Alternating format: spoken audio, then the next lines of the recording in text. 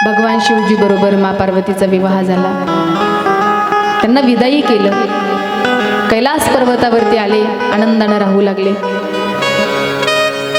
माझ्या पार्वतीला आनंद वाटावा, प्रसन्नता वाटावी, वडिलांना आई वडिलांना सोडून आली म्हणून नेहमी भगवान शिवांनी तिच्या मनाचा विचार करावा, ती प्रसन्न कशी राहील याच्याशी प्रयत्नशील राहावं। जावं त्या ठिकाणी गिरीकंदरात घेऊन जावं, पहाडावरती घेऊन जावं, लतावेलीमध्ये घेऊन जावं, पक्षी गुंजारव करतात तिथे घेऊन जावं, सुंदर अशा प्रकारे मन रमेल अशा ठिकाणी अशा स्थानावरती घेऊन जावं। कधी कधी सत्संग करावा, कधी कधी चिंतन करावं, भक्तीमध्ये चिंतनामध्ये एवढं व्यस्त व्हावं की कशाचीही शुद्ध दोघांना राहू नये। दिवसामागं दिवस निघून गेले। आदरणीय श्री सुतजी शौनकादिकांना सांगतात, खूप दिवस झाले, अनेक वर्ष उलटून गेले, पण शिवांच्या जीवनामध्ये मात्र संतती नाही, मा पार्वतीच्या जीवनामध्ये संतती झाली नाही। आणि ही संतती व्हावी याच्याशी ते प्रयत्नशीलही नाही। पण इकडे जे देवता आहे, काल मी तुम्हाला सगळ्यांना सांगितलं, तुम्हाला याद असेल तर लक्षात येईल की मी काल सांगितलं होतं की तारकासूर नावाचा जो दैत्य आहे त्याला वरदानच असं होतं की तो खूप त्राहिमाम त्या ठिकाणी करून ठेवलेला आहे, सगळ्यांना अतिशय त्रास देऊ लागलेला आहे, देवधर्माची विटंबना तो करू लागलेला आहे। आणि म्हणून या तारकासुराला मारण्यासाठी देवता प्रयास करतात, पण कुणाच्या नाही तो मारल्या जाणार नाही, कारण त्यानं वरदान असं मागितलेलं आहे की भगवान शंकराच्या शुक्राणूतून जो पुत्र जन्माला येईल त्याच्या हाताने माझा मृत्यू होणार आहे। आता हे जर असाच आनंद जीवनाचा घेत राहिले तर यांना कधी संतानानं कधी तारकासूर मारला जायचा। आणि म्हणून सगळे देवता आले, आणि देवता आल्यानंतर सगळ्या देवतांनी देवाला प्रार्थना केली, प्रभू प्रभू प्रभू, तुम्ही जर अशीच त्या ठिकाणी साधना करत राहिले पार्वती मैयान, तुम्ही कधी तुमच्या शुक्राणूतून पुत्राचा जन्म होईल आणि कधी तो तारकासूर मारला जाईल। भगवान शिव म्हणतात, जर तुम्ही या दृष्टीने आमच्याकडे आला असाल तर ही तुमची धारणा अत्यंत चुकीची आहे, कारण मा पार्वती गर्भधारणा करेल अशी जर तुमची भावना असेल तर ती जगदंबा आहे, मा भगवती ती परंबा आहे, सामान्य स्त्रीप्रमाणे ती गर्भधारणा करू शकणार नाही। मग म्हणजे आता हा दैत्य मारल्या जाणारच नाही का? भगवान शिव म्हणतात की मी पार्वतीच्या माध्यमातून या ठिकाणी हा दैत्य मारल्या जाणार नाही, परंतु भगवंताचं जे तेज आहे ते विस्खलित झालं आणि पृथ्वीनं प्रत्यक्ष कबूतर, अग्नीनं प्रत्यक्ष कबुतराचं रूप धारण करून भगवंताचं वीर्य त्या ठिकाणी सेवन केलं, परंतु कबुतराला त्रास होऊ लागला। एवढंच नव्हे, ज्या वेळेला देवी देवतांचं मुख म्हणजे अग्नी आहे, यज्ञाला बसावं तर त्या ठिकाणी मुखातून प्रवेश करावा की त्या वीर्याचा त्रास देवांनाही होऊ लागला। आणि म्हणून सगळे देवी देवता भगवान विष्णूंना शरण गेले, भगवान शिवांना, प्रभू आम्ही शरण आलो, आम्हाच्या अंगाचा दाह होतोय, त्या वीर्याचा आम्हाला फार त्रास होतोय। भगवंतानं सांगितलं तुम्ही उलटी करून बाहेर काढा। देवतांनी ते जे वीर्य आहे उलटी करून, तेज आहे उलटी करून बाहेर काढलं आणि सगळ्यांचं तेज एकरूप झालं। दादा थांबा, मी सांगेल त्यावेळेला करू, बस सांगते मी सगळ्यांना। तेज त्या ठिकाणी बाहेर पडलेलं आहे आणि म्हणून ते जे तेज आहे अग्नीनं पुन्हा आपल्यामध्ये, हे पार्वतीला कळालं, पार्वती नाराज झाली आणि अग्नीला म्हणू लागली, का ग माझं असणारं तेज तू धारण केलं, माझ्या भगवान शिवाचं तेज तू धारण केलं, एवढं तपसामर्थ्य तुझ्यामध्ये आहे का? जा तू सर्व भक्षी होशील, तुझ्यामध्ये कुणीही टिकणार नाही, तुझ्यामध्ये कुणाचाही प्रवेश झाला की तू सर्व भक्षी होईल। आणि त्यावेळेला अग्नीमध्ये ते तेज आहे तिलाही त्याचा त्रास होऊ लागला। नारदांनी तिला येऊन सांगितलं की हे तेज जे आहे, ज्या ऋषी पत्न्या आहे गंगेच्या किनारी स्नानाला जातात त्यांच्या गर्भामध्ये हे तेज तू देऊन टाक। त्यावेळेला जे ह्या ऋषी पत्नी आहे त्या स्नानाला गेलेल्या आहे आणि तिथं अरुंधती वसिष्ठजींची धर्मपत्नी फक्त स्नानाला गेली, खूप थंडी म्हणून ह्या 6 जणी शेकत बसल्या, तर त्यांच्या रूपकुंपामध्ये त्या तेजानं प्रवेश केला, त्या गर्भवती झाल्या आणि ज्या वेळेला स्नान करण्यासाठी गेल्या तर या 6 जणींच्या पोटामध्ये जे वीर्य आहे ते त्या पाण्यामध्ये स्थिर झालं आणि त्या पाण्यामध्ये एक सुंदर बालकाचा जन्म झाला। त्यांचं नाव आहे कार्तिकजी महाराज की, कार्तिकजी महाराज की, कार्तिकजी महाराज की। त्या ठिकाणी 6 कृतिकांचा पुत्र म्हणून त्याचं नाव कार्तिकेय ठेवलं। परंतु हे विश्वामित्रांनी पाहिलं आणि त्या विश्वामित्रानं त्या छोट्याशा बालकाला सांगितलं, रे बाबा तू भगवान शिवांचा आणि त्या ठिकाणी पुत्र आहे, तुझं या ठिकाणी अशा अशा पद्धतीनं संगोपन झालं आणि म्हणून तू या ठिकाणी या गंगेमध्ये पाण्यावरती तुझा जन्म झालेला आहे. खूप त्या ठिकाणी विश्वामित्रांनी त्याला समजावून सांगितलं आणि म्हणून या कृतिकांकडे ते बालक आहे, त्याचं लालन पालन करतायत, त्याला सांभाळतायत. पण भगवान शिव आणि पार्वतींना एक उत्सुकता लागली की माझ्या या वीर्यापासून तेजापासून खरं तर जे बालक जन्माला आलं ते बाळ कुठे असेल, काय असेल. आणि म्हणून अग्नीकडे पार्वती गेल्या, कुठे आहे माझं बाळ. अग्नीनं सांगितलं, हो भगवान शिवांचं जे तेज आहे मी सहन करू शकले नाही आणि म्हणून ते तेज जे मी आहे ना ह्या 6 कृतिकांच्या रूपकुंपातून मी गर्भामध्ये टाकलेले आणि म्हणून तिथपर्यंत पोहोचले आणि पाहिलं तर पाण्यावरती बालकाचा जन्म झालेला आहे. सुंदर त्या बालकांना विश्वामित्रांनी नामकरण केलं. लहानची मोठा होत असताना मा पार्वती भगवान शिव गेले आणि सांगितलं, हो हा जो पुत्र आहे हा प्रत्यक्ष तुमचा आहे. आणि म्हणून कार्तिकेयला मा पार्वती आणि भगवान शिवांनी घेतलं, कैलास पर्वतावरती आले आणि आनंदानं त्या ठिकाणी बाळाबरोबर कार्तिकेयाबरोबर आनंदानं दोघेही पती पत्नी राहू लागले. परंतु आता कार्तिकेय फार दिवसांना आला म्हणून समुद्रानं त्या ठिकाणी अमृतकुंभ कार्तिकेयांना दिला. शिवजींनी त्रिशूळ दिलं, कामदेवाने कामस्र दिला, क्षीरसागराने अमृतरत्ने दिले, सावित्रीने त्या ठिकाणी सिद्धिविद्या दिली आणि पार्वतीनं त्यांना चिरंजीव केलेला आहे. आणि आनंदानं त्या ठिकाणी सर्वजण राहू लागले. विष्णूजी देव आदिदेव सगळेजण तारकासुरावरती प्रसन्न आहे. आता सगळ्यांना आनंद एकच आहे की तारकासुर नावाचा जो महाबलाढ्य दैत्य आहे, सगळ्यांना ज्याचा त्रास होतो आहे, आता हा मारल्या जाणार याचा आनंद सगळ्यांना आहे. परंतु तारकासुराला मारण्यासाठी आता सगळेजण देवी देवता भगवान शिवाकडे आणि कार्तिक स्वामींकडे आले आणि कार्तिकजींना म्हणू लागले, हे कार्तिकजी तुमचा जो जन्म आहे भगवान शिवांच्या तेजापासून झालेला आहे. कारण मा पार्वती प्रत्यक्ष गर्भधारणा करू शकत नाही, कारण ती मा जगदंबा माय भवानी.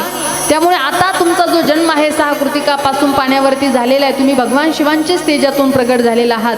त्यामुळे असं काही तारकासुराला वरदान आहे की तुमच्या हाताने त्याचा मृत्यू होणार आहे.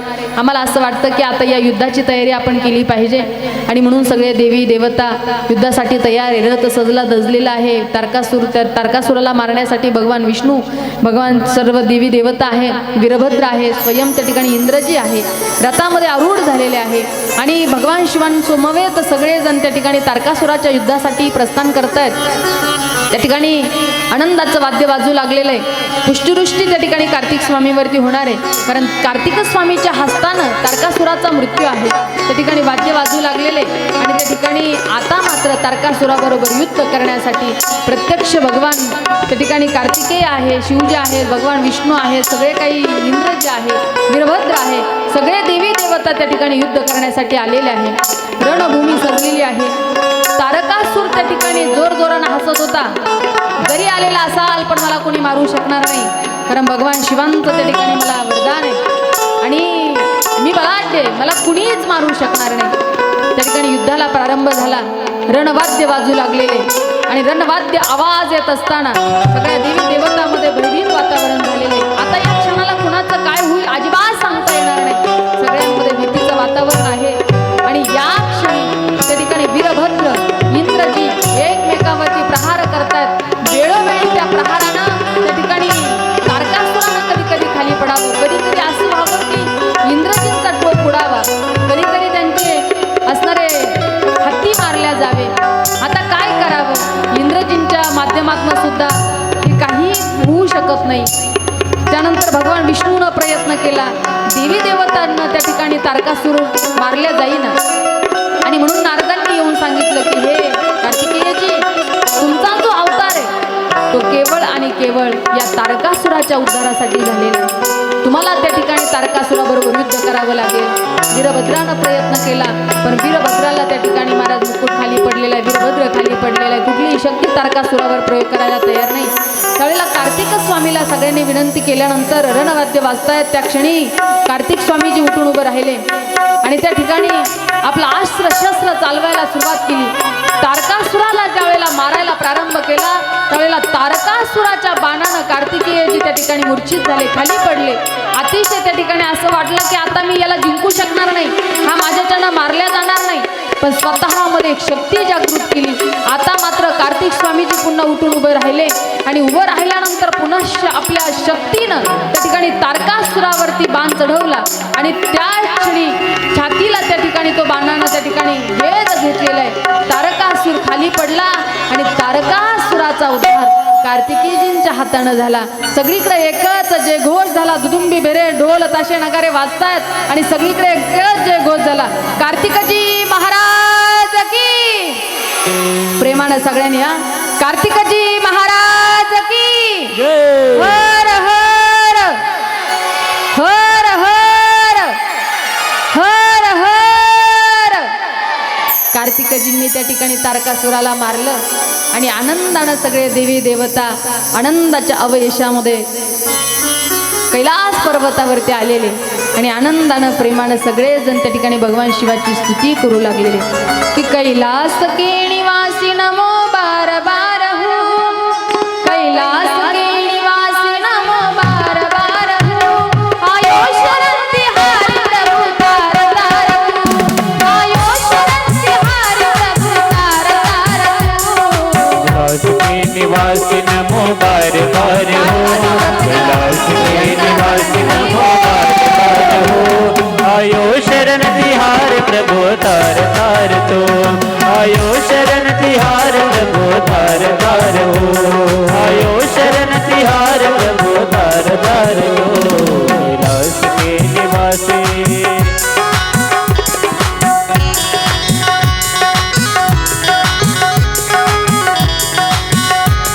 आयो शरण तिहार प्रभु तार तार तो, आयो शरण तिहार प्रभु तार तार तो.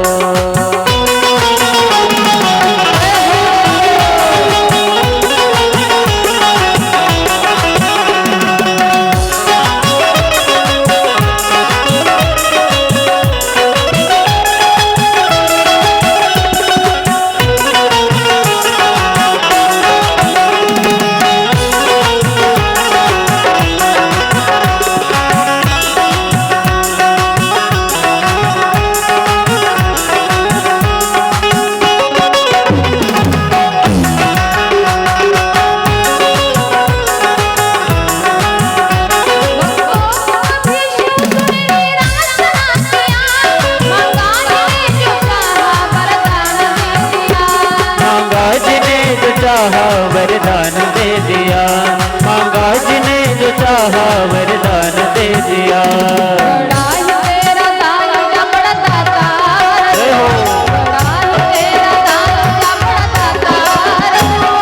आयो शरण तिहारी बोले तार तार, आयो शरण तिहारी प्रभु तार तार. कैलास के निवासी हो, कैलास के निवासी नमो बार बार हो, नमो बार बार हो, आयो शरण तिहार प्रभु तार तार तो, आयो शरण तिहार प्रभु तार तार तो, आयो शरण तिहार प्रभु तार तार तो.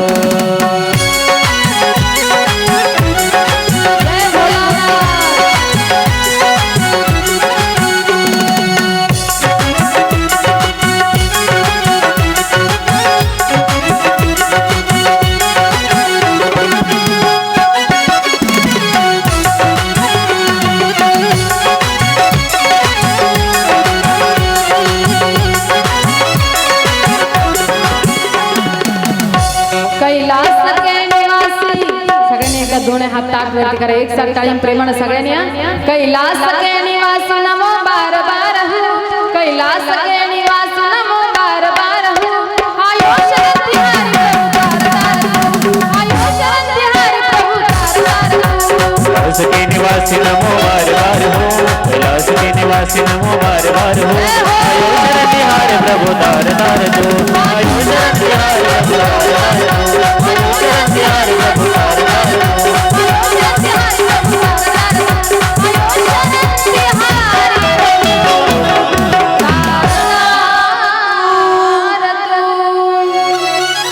भगवान शिवांची उपासना आराधना करू लागले. भगवंत सर्वांवरती प्रसन्न झाले. आता मात्र श्री सुतजी शौनकादिकांना या ठिकाणी गणपती बाप्पाच्या उत्पत्तीची कथा सांगतायत, गणेश प्रागट्याची कथा वर्णन करून सांगतायत. काल मी सगळ्यांना सांगितलं होतं, पिवळ्या साड्या घालून या, नटून तटून सजून धजून या. अतिशय सुंदर इथून पिवळ्या पिवळ्या दिसताय बरं मायाव, खूप सुंदर सजून आलात तुम्ही. घरी गेलं की माया नावाची दृष्ट काढून टाका बरं, एवढं सुंदर दिसताय तुम्ही इथून, अत्यंत सुंदर. मी सांगितलं तुम्हाला, नटून तटून सजून धजून यायचे. कुठं कथेला निघाले कसंही निघाले म्हणून निघायचं नाही, यायचं नाही. प्रत्यक्ष भगवंत आपल्याला या स्थानावरती पाहतोय, कारण जेथे कीर्तनाची जागा तेथे पांडुरंग उभा, तिथं प्रत्यक्ष भगवान असतो. म्हणून कुणीतरी चांगलं म्हणावं म्हणून नटायचं नाही, प्रत्यक्ष देवानं आमच्याकडं पाहून प्रसन्न राहावं, प्रसन्न व्हावं याच्यासाठी सजून धजून नटून तटून यायचे. आणि गणपती बाप्पा खरं तर हार कार्य करत असताना सगळ्यात पहिल्यांदा ज्यांना वंदन केलं जातं, जे पूजनीय आहे, ज्यांचं पूजन केलं जातं ते माझे गणपती बाप्पा आहे. 5 देवपंचायतन सांगितलं बरं का शास्त्रामध्ये, ऐका बरं. देवपंचायतनामध्ये 5 देवता महत्त्वाच्या आहेत. भगवान शिवजी आहेत, त्यानंतर विष्णू भगवान आहेत, माँ भगवती आहे, गणेशजी आहे आणि सूर्यजी आहे. असे 5 देवता आपल्या देवघरामध्ये असलेच पाहिजे. देवपंचायतन आहे. गणेशजींना महत्त्वाचं स्थान आहे. आपल्या सर्वांना माहिती आहे की कोणतंही पूजन असू द्या, काहीही असू द्या, सगळ्यात पहिल्यांदा गणरायांचंच पूजन केलं जातं. भले आपण सत्यनारायणाची पूजा करा, नाहीतर एखाद्या वास्तूचं उद्घाटन करा, पण सगळ्यात पहिल्यांदा जी पूजा केली जाते ते माझ्या गणपती बाप्पांना. नसेल कानाकडे मूर्ती तर सुपारीच्या माध्यमातून का असे ना, पण गणपतीचं पूजन केलं जातं. गण म्हणजे सुरुवात आणि पती म्हणजे पालन करणारा. ज्या कार्याची सुरुवात झाल्यानंतर ते कार्य निर्विघ्नपणाने पार पडावं असं जर वाटत असेल तर सगळ्यात पहिल्यांदा गणरायांचं पूजन केलं जातं. माऊली ज्ञानोबारांनी ज्ञानेश्वरी जरी लिहिली पण तरी सुद्धा माऊली लिहितात की ओम नमो ज्याद्या वेद प्रतिपाद्या जय जय स्वसंवेद्या आत्मरूपा देवा तुची गणेशू सकलार्थ म्हणे प्रकाशू म्हणे निवृत्तीदास अवधारी जोजे देवा तुची गणेशू. म्हणजे पहिल्यांदा गणपती बाप्पाला वंदन आहे. तमाशेवाले मंडळी तमाशा जरी करत असले ना, पण सगळ्यात पहिल्यांदा काय गातात बोला ना, गण गायला जातो. आणि म्हणून गणापासनं तमाशाची सुद्धा सुरुवात आहे. म्हणजे सगळ्यात पहिल्यांदा गणपतीलाच वंदन केलं जातं. प्रथम तुला वंदितो गुबाळा, प्रथम तुला वंदितो कृपाळा, प्रथम तुला वंदितो कृपाळा. प्रथम तुला वंदितो कृपाळा, प्रथम तुला वंदितो. जय हो माऊली हो. आता अशीच मधून जागा कर बरं तुमच्या चालू भजनामध्ये. करा करा करा सगळ्यांनी सरकून थोडं थोडं. गणरायांचा जन्मोत्सव आपल्याला संपन्न करायचा आहे. आपण भाग्यवान आहात की आपल्या पावनभूमीमध्ये आज प्रत्यक्ष गणपती बाप्पाचा अवतार या ठिकाणी होणार आहे. आणि हा प्रसंग आपण नक्कीच्या माध्यमातून पाहणार आहे. त्यामुळे थोडीशी जागा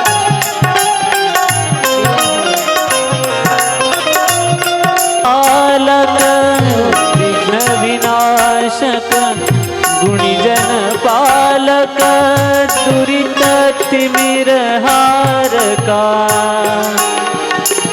सुखकारक तो दुःख विदारक, सुखकारक तो दुःख विदारक, तूच तुझा सारखा. वक्रतुंड ब्रह्मांड नायका, विनायका प्रभुराया. प्रथम तुला वंदितो कृपाळा, प्रथम तुला वंदितो कृपाळा. गजानना गणराया, प्रथम तुला वंदितो कृपाळा, प्रथम तुला वंदितो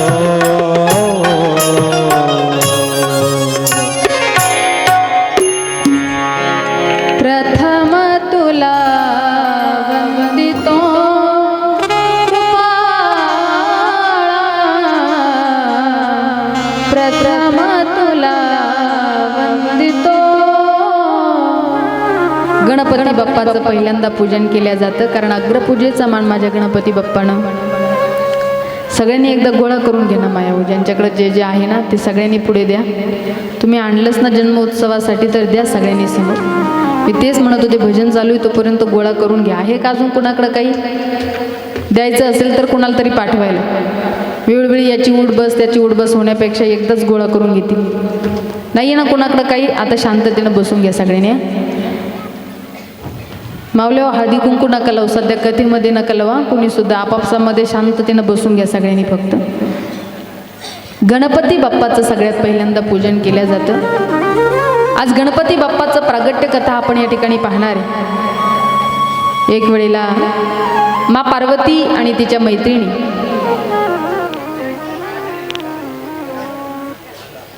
आपापसामध्ये चर्चा करत असताना जया आणि विजया पार्वतीला म्हटले की हे पार्वती, भगवान शिवांच्या हक्काची माणसं आहेत, नंदीगण आहेत, पण मला असं वाटतं की तुझेही हक्काचे कोणीतरी असलं पाहिजे. आणि म्हणून पार्वती, तू त्या ठिकाणी कुणाला तरी असं हक्काचं बालक असू दे, कुणीतरी व्यक्ती तुझ्यासाठी असू दे की तू हक्कानं काहीतरी कामं त्यांना सांगू शकशील. म्हटली मला तशी काही गरजच कधी भासत नाही. आणि मग मा पार्वती आनंदानं राहते आहे. पण कधी स्नानाला बसायची वेळ झाली की मग मात्र नंदीगणांना सांगावं लागायचं, नंदीजी महाराज इथे थांबा, मी तोपर्यंत स्नान करते. आणि एक दिवस नंदीजी तिथं थांबले आणि तेवढ्यात भगवान शिवजी आले. मा पार्वती स्नान करतायत आणि स्नान करत असताना नंदीगणांना सांगितलं की बघा इथं थांबा, मी स्नान करते, कुणी आलं तरी येऊ देऊ नका. आणि मा पार्वती स्नान करत असताना तेवढ्यात भोलेनाथजी आले आणि नंदीजी तिथं उभा आहे. नंदीजी उभा असताना भगवान शिवजी डायरेक्टली चालून आले. लाजल्या महाराज पार्वती माता. आणि नंदीगणांना त्या ठिकाणी देवाला न जाण्यासाठी आग्रहही केला नाही की देवा तुम्ही जाऊ नका, मा पार्वती स्नान करतायत. लज्जित झाल्या. आणि मग त्यांना एक स्मरण झालं की अरे मला जया विजयानं सांगितलेलं आहे की तुमचा कोणीतरी हक्काचा व्यक्ती असला पाहिजे. आणि म्हणून दुसऱ्या दिवशी स्नान करत असताना स्नान करते आहे मा पार्वती. आणि स्नान करता करता ती आपल्या अंगाला, बायका म्हणतात की मळाचा गणपती तयार केला. ती काय ऊस तोडीला नव्हती जात एवढा मळ तिच्या अंगावर व्हायला, परंतु चंदनादी उट्या लावून स्नान करत होती बरं. त्यामुळे या चंदनादी उटी लावून स्नान करत असताना खरं तर त्या चंदनाच्या उटीपासून तिनं खरं तर तो गणपती तयार केला. आणि गणपतीमध्ये प्राणोत्क्रमण केलं आणि गणरायांना सांगितलं, हे बघ बाळा, मी तुला जन्माला घातलं, माझा हक्काचा असा माणूस कोणी नाही रे. नंदीगणांना सांगावं तर नंदीगण त्या ठिकाणी माझ्या भगवान शिवांना डायरेक्टली सोडून देतात. आणि म्हणून या ठिकाणी तू आहेस ना, तर प्रत्यक्ष माझं त्या ठिकाणी मी स्नान करत असताना आतमध्ये कोणाला येऊ देऊ नको अशी माझी तुला विनंती आहे. गणपती बाप्पाला त्या ठिकाणी प्रगट केलं. प्राणोत्क्रमण केल्यानंतर मा पार्वती त्याला दिव्य ज्ञान सांगू लागली. त्याला सांगू लागली, बाळा अशा प्रकारे माझं रक्षण कर, कोणी आलं तर येऊ देऊ नको. गणपती बाप्पाला हे सांगितलं आणि गणपती बाप्पानं आईची आज्ञा शिरसावंदे मांडली. आणि इकडे मा पार्वती स्नान करतायत. स्नान करत असताना मा पार्वती स्नान करत असताना गणपती बाप्पा त्या ठिकाणी आईला स्नान करत असताना कोणी आतमध्ये येऊ नये याच्यासाठी प्रयत्नशील आहे, प्रहारा देत आहेत. पण तेवढ्यात भगवान शिवजी आले. आणि शिवजी आल्याबरोबर त्या ठिकाणी गणपतीला पाहिलं, कोणीतरी बालक या ठिकाणी बसलेलं आणि आतमध्ये निघाले. त्याने सांगितलं, ओ आतमध्ये जाऊ नका. म्हटले कोण आहेस तू? म्हणे मी गणपती बाप्पाचा त्या ठिकाणी पार्वती मैयाचा पुत्र आहे, मी आतमध्ये जाणार. भगवान शिव म्हटले नाही, मी जाऊ देणार नाही. भगवान शिवजींना गणपती म्हणतो मी जाऊ देणार नाही. पण त्या ठिकाणी आमच्या स्वामीला विरोध करतो, त्यांचीच असणारी पत्नी आहे, तरी सुद्धा तू जाऊ देत नाही म्हणून भयंकर राग आला. आणि नंदीगण त्या ठिकाणी महाराज गणरायाबरोबर युद्ध करू लागले. नंदीगणांचं आणि गणरायांचं त्या ठिकाणी युद्ध प्रारंभ झालं. गणराय आणि त्या ठिकाणी दोघे जण युद्ध करत असताना गणरायांनी त्यांच्यावरती प्रहार करावा, पुन्हा उठून उभं राहावं, गणपती बरोबर युद्ध करावं. पण गणरायां शक्तिशाली असल्यामुळे त्या ठिकाणी गणरायांना त्या ठिकाणी जिंकू शकले नाही. नंदीगण हारल्या गेले आणि स्वतःचे हार मानून त्या ठिकाणी बाजूला झाले. हे भगवान शिवांनी पाहिलं, अरे अरे अरे माझे असणारे पुत्र, माझे असणारे हे नंदीगण यांना हरवलं, असा कोण आहे हा बलाढ्यशाली. आणि म्हणून स्वयं त्या ठिकाणी महाराज स्वयं भगवान त्या ठिकाणी गणपती बाप्पा बरोबर युद्ध करू लागले.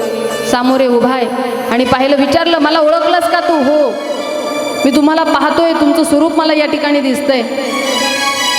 पण भगवान शिवजी त्या ठिकाणी प्रत्यक्ष गणपती बाप्पा बरोबर वार्तालाप करू लागले.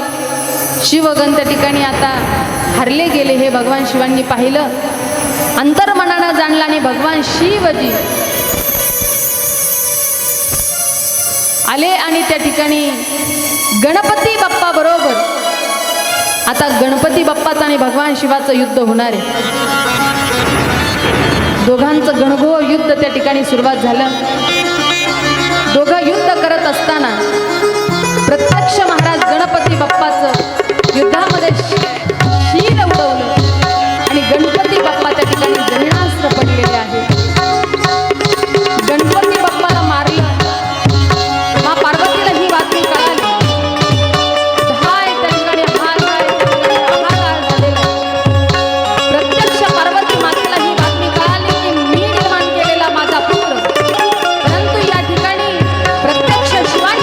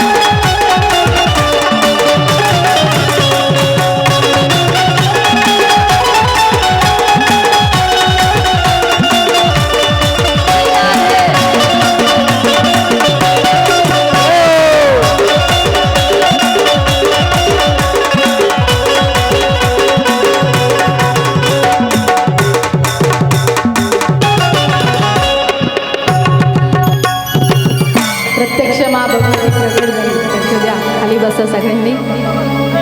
शरीरातून अनेक शक्ती प्रगट झाल्या. क्रोधायमन झाली मा भगवती, मा परंबा, जगदंबा, पार्वती माता. आणि क्रोधाच्या अववेशामध्ये शरीरातून अनेक शक्ती त्या ठिकाणी निर्माण होऊ लागल्या. देवी देवता भयभीत झाल्या. त्या ठिकाणी कुणाचे हात कुणाचे पाय मोडल्या जात आहेत. युद्ध प्रारंभ होत आहे. वेळोवेळी त्या ठिकाणी देवतांनाही परास्त केल्या जात आहे. आणि म्हणून देवता अत्यंत भयभीत झाल्या. आणि भयभीत झाल्यानंतर मा भगवतीला त्या ठिकाणी प्रार्थना केली देवतांनी. आई भवानी तुझ्या कृपेने तारस भक्ताला, आघात महिमा तुझी माऊली वारी संकटाला. आई कृपा करी आम्हावरी, जागवितो रात सारी. आज गोंधळाला ये, गोंधळ मांडला गांबे, गोंधळाला ये. आई आमच्यावरती कृपा कर. त्यावेळेला प्रत्यक्ष अनेक शक्ती प्रगट होऊ लागल्या. त्यावेळेला सांगितलं माझ्या गणरायाला, मी निर्माण केलेल्या बालकाला मारलेलं आहे. जोपर्यंत माझा बालक जिवंत होत नाही तोपर्यंत ह्या शक्ती थांबणार नाही. त्यावेळेला भगवान शिवजी त्या ठिकाणी विचार करू लागले, जर ह्या शक्ती थांबल्या नाही तर हा काही विध्वंस होऊन जाईल. आणि म्हणून गणपती बाप्पांना जिवंत करण्याचं ठरवलं. नंदीगणांना सांगितलं, जा दूरपर्यंत जा आणि कुठल्याही प्राण्याचं शिर दिसलं की घेऊन या.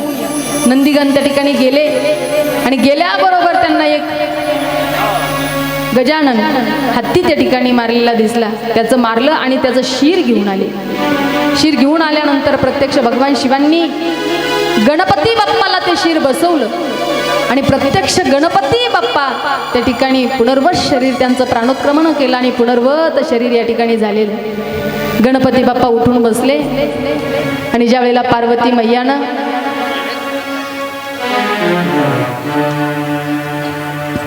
गणपती बाप्पा त्या ठिकाणी उठून बसले.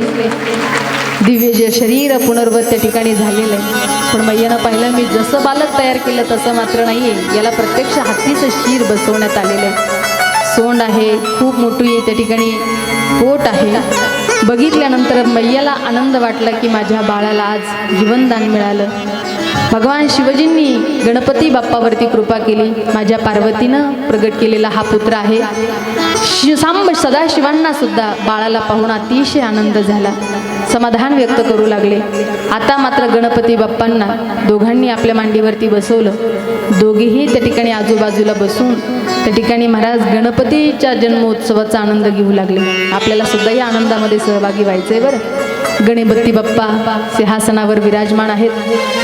इथे भगवान शिव आणि मा पार्वती आहे. गणपती बाप्पाचा जन्मोत्सव आपण या ठिकाणी संपन्न केलेला आहे. एकदा या मनोहर झाकीसाठी एकदा टाळ्या वाजवा जोरदार सर्वांनी. क्या बात आहे. अतिशय सुंदर मनोहर झाकी आमच्या दादाश्रीने दर्शवली. पात्र करणारे बालकांना सुद्धा, माझ्या या संस्थेतल्या विद्यार्थिनींना सुद्धा मी मनापासून धन्यवाद देईल. आणि आता मात्र गणपती बाप्पांचं प्रागट्य झालेलं आहे. हा आनंद उत्सव आपण सर्वजण करणारे आपण भाग्यवान आहोत की आपल्या या पावनभूमीमध्ये प्रागट्यकरण गणपतींचं झालेलं आहे. हा जन्मोत्सव आपण सगळेजण त्या ठिकाणी डोळ्याने हा आनंद बघतो आहे. पण आता पायानं सुद्धा आपल्याला आनंद घ्यायचा आहे. पण उद्याच्या सूचना अशा आहेत की उद्या बरोबर 1 वाजता कथा सुरू होईल. तुम्ही लेट जरी आले तर कथा 4ला बरोबर संपेल. मला फार दूर 7 ते 9 काल्याचं कीर्तन असल्यामुळे तिथं वेळेत पोहोचणं फार गरजेचं आहे. आणि उद्याच्या दिवस सगळ्यांना सहकार्य करायचे. जर तुम्हाला 7 दिवसात कथा चुकू नये असं जर वाटत असेल तर उद्या आज जसं उपस्थित आहात अशाच संख्येनं उपस्थित राहा. उद्या देखील त्या ठिकाणी त्रिमूर्तींचं युद्ध होणारे, तारकासुरांचे जे पुत्र आहेत त्यांचं युद्धाचा प्रसंग आहे. वृंदेचं चरित्र आहे. आणि प्रत्यक्ष उद्या गजानन गणपती बाप्पांचा विवाह सोहळा आहे. त्यामुळं उद्यासुद्धा सुरुवातीलाच विवाह सोहळा आपण करणार आहे. त्यामुळे जास्तीत जास्त संख्येनं उपस्थित राहा आणि विवाह सोहळ्याचा आनंद घ्या. आज मात्र आपण सगळेजण गणपती बाप्पांच्या जन्मोत्सवाच्या निमित्तानं उपस्थित राहिला. श्रद्धेनं प्रेमानं नटून थटून सजून धजून आलात. अगदी मनापासून सगळ्यांना धन्यवाद. आता मात्र सगळ्यांनी जागेवरती एकदा सन्मान करून घेऊया. जे जे झाले का मगाशी सत्कार पंक्तीवाल्यांचे, जे आमच्या संस्थेतले मुलींचे पिताश्री या ठिकाणी उपस्थित आहे त्यांचाही सन्मान आपल्या आयोजक मंडळी या ठिकाणी करणार आहे. मी त्यांना विनंती करते की आपण लवकरात लवकर समोर यायचे. आमचे कुंजीर भाऊ आहे.